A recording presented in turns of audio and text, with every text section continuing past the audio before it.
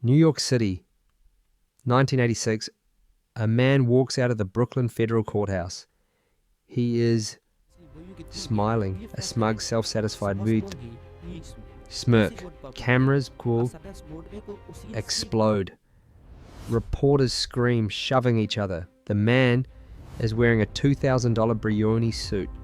His silver hair is perfectly coiffed. His silk tie is flawless. He waves to the crowd like a movie star, like a politician, and then he laughs, right in the faces of the FBI agents who just failed to put him away. His name is John Gotti, and he has just beaten the United States government. Again, the press calls him the Dapper Don.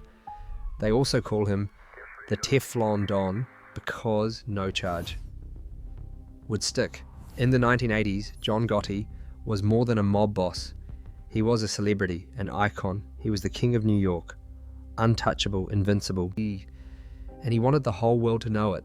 But arrogance always has a price. Gotti had forgotten a golden rule of the Mafia. A silent fox lives longer than a roaring lion. And in the shadows, the FBI was listening. They were waiting, and they knew that the Teflon was about to be stripped away. Not by a gun, not by a pair of handcuffs, but by betrayal. Before you can be the king, you have to kill the king. John Gotti wasn't born into power, he took it. For years he was a loyal capo, a top earner for the Gambino crime family, a family ruled by a man Gotti hated, Paul Castellano. Big Paul Castellano wasn't a street gangster, he was a businessman. He lived in a lavish, secluded mansion called the White House. He looked down on men like Gotti, who in his words were thugs in tracksuits. Most importantly, Castellano had forbidden dealing drugs, but Gotti was dealing drugs, a lot of them. Gotti knew, Castellano knew, and in their world, breaking a rule was punishable by death. Gotti knew it was only a matter of time before Castellano had him killed. So Gotti struck first. He broke the most sacred rule of the Mafia. You do not kill a boss without the permission of the commission. Gotti didn't ask. December 16th, 1985, a cold December evening, Sparks Steakhouse, Manhattan. Castellano and his bodyguard, Tommy Bellotti, step out of their black Lincoln. They are arriving for a meeting. They will never attend. 4 men in long coats and fur hats walk up. Not a word is spoken. Only gunfire. 6 shots to Castellano's head. He was dead on the wet pavement, and across the street, sitting in a car, watching through a tinted window, was John Gotti. He drove past, glancing at his boss's body to confirm the work was done. The crown was his. Gotti's reign was something New York had never seen. The old bosses believed in silence, in the shadows. Cosa Nostra means our thing, not the media's thing. John Gotti, through that rule book, in the fire, he loved the spotlight. He craved it. He made his social club the Ravenite, his palace. He would walk out every day in his $2,000 silk suits, the jacket always unbuttoned to show the flashy tie, the hair never out of place. A reporter asked him what his suits cost. Gotti smirked. It costs $2,000, but it's got a $200 defendant in it. He was a social don. He threw massive 4th of July fireworks parties for the whole neighborhood. The fireworks, of course, were stolen. He gambled thousands a night. He rubbed elbows with celebrities. When the government charged him, he beat them once, twice, 3 times. He bribed jurors. He intimidated witnesses. Nothing could touch him. The Teflon Don. And in every picture, every shot, there was a man standing right beside him, silent, powerful, loyal, his right-hand man, his best friend, his enforcer, Salvatore Gravano, Sammy, the Bull. Sammy, was Gotti's mirror image. Gotti talked. Sammy did. Gotti was the flashy brain. Sammy was the brutal muscle. Sammy confessed to 19 murders, most on Gotti's orders. They were the perfect pair, a killing machine, a money machine, inseparable, unbreakable. Or so they thought. Bruce Mao was an FBI agent, and he had an obsession. John Gotti. Mao had failed to jail Gotti. He knew Gotti was too smart to be caught. Gotti never talked business on the phone. He knew his clubs were bugged. So Mao did something Gotti never expected. He didn't bug the Ravenite Club. He bugged the apartment above it. A small apartment owned by an old woman, the widow of a mobster. The old woman let the FBI plant microphones in her room because Gotti and his men always went up there to talk. Private, they thought the street noise and the TV would cover their voices. They were wrong. For months, the FBI listened. They got hundreds of hours worth of tape.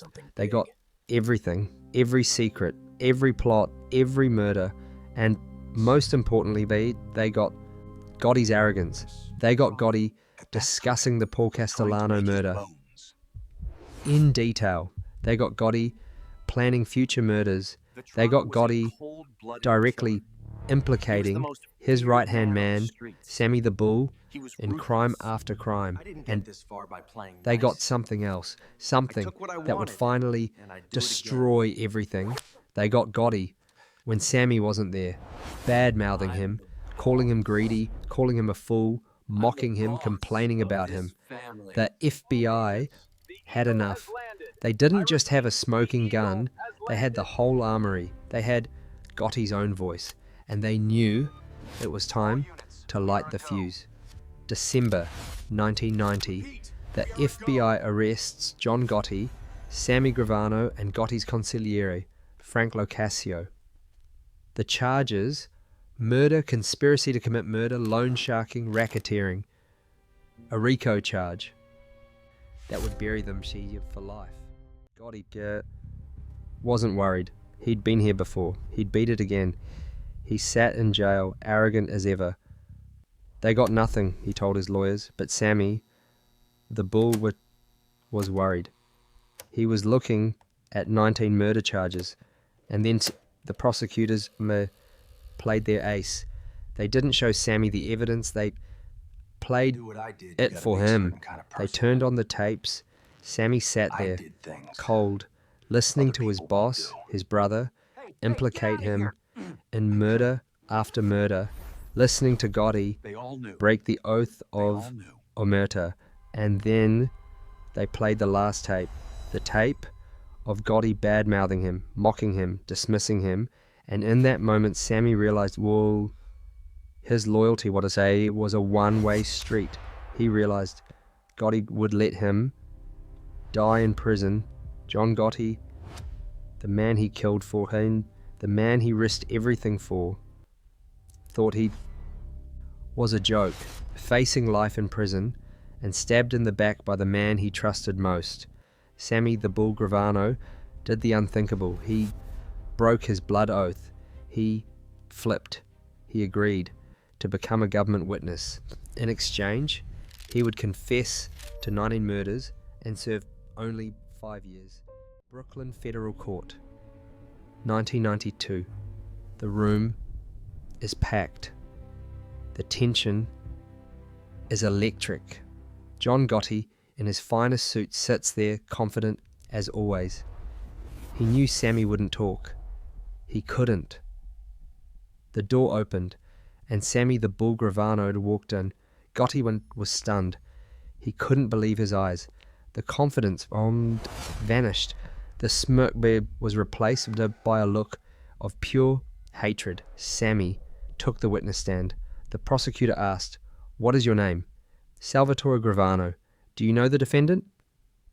Sammy looked directly at John Gotti. Yes.